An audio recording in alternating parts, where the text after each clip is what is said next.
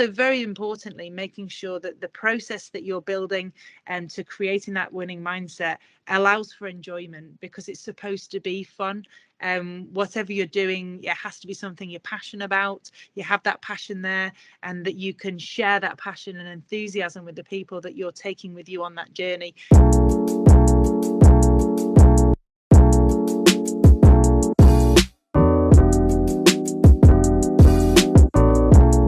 London 2012 was set up to be the games that transformed the lives of all disabled people. And I said at the time, I thought that was a relatively unrealistic expectation of a sporting event. We knew that the Paralympic Games had an opportunity to transform the lives of people with disabilities who are athletes, but being able to translate that into a social environment was always going to be a challenge. And what we found after those games was that so many people assumed that everyone with a disability was going to be on some kind of athletic trajectory, and that doesn't happen with an able-bodied person, so why should it in a disabled community? So I think there were some unrealistic expectations, but I also think that it did pave the way for some of the discussions that we're having today, and it's also been able to allow us to kind of highlight the challenges that people face, and allow us to continue those discussions. There's still a huge amount of work that needs to be done to make sure that people with disabilities have the same access to opportunities and are treated in the same way in all sorts of different environments. But that platform that London gave us to have those conversations, and hopefully the athletes are able to continue to kind of talk back about what's happened and what's changed, what hasn't changed. And often it's helpful to be sort of brutally honest about these things. But as athletes, we do continue to strive and push forward to make sure that, you know, inclusion, diversity is always at the forefront, and everyone has something to offer. And allowing the conversation to be opened up to more people is a very valuable tool for us all.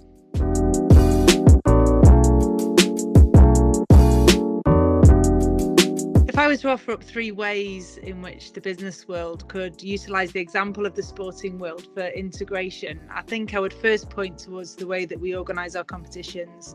We always make sure that we're replicating, or we try to make sure that as close as possible, we're replicating the conditions and the situations, regardless of whether or not an athlete has a disability. So in a workplace environment, that means providing the opportunities for those people who do need some additional considerations, and making sure that you make those allowances where it's required, but obviously those people are still going to be delivering a role and delivering an outcome for you as a business.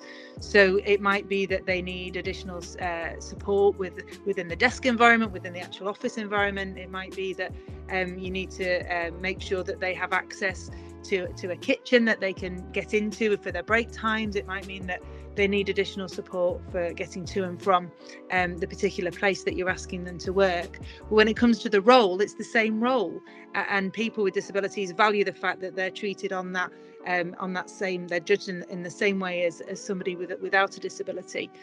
Secondly, I think it's about making sure that the trajectory for people is the same. You don't need to lower your sights. If you're a disabled person, you still want to challenge yourself. You still want to have the same ambitions, and make sure that you're included and given that opportunity to thrive. And I think thirdly, celebration of success. And we don't always necessarily get this right in sport. We often focus on, you know, very, very small number of people, but if you can celebrate that success of everybody in the same way and make sure that everybody has that opportunity to feel that their contribution was valued and that they're part of that bigger team, then that's also another way that you can learn from the way that sport might do things.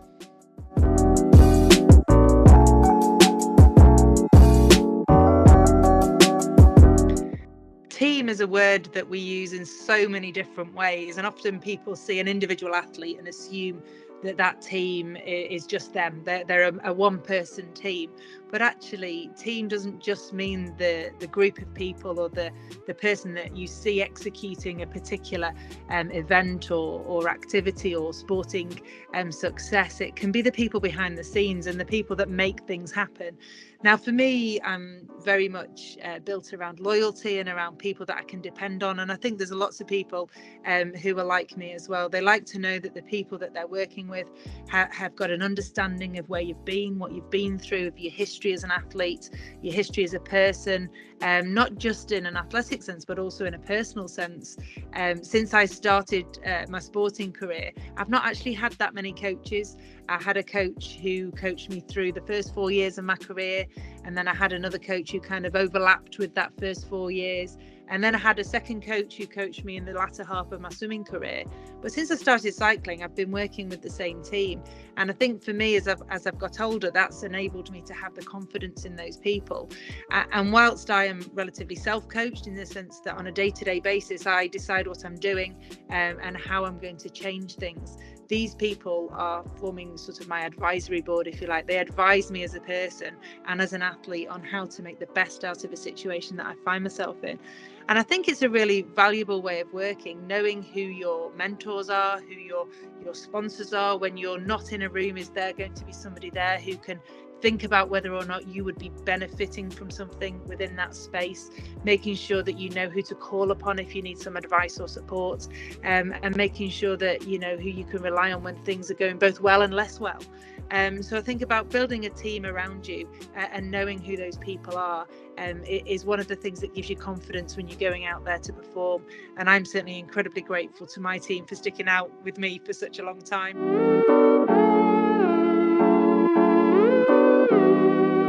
Cultivating a winning mindset is one of those discussion points that you can get into, and it can last for hours. So probably a good one to start on a long train journey or a flight somewhere.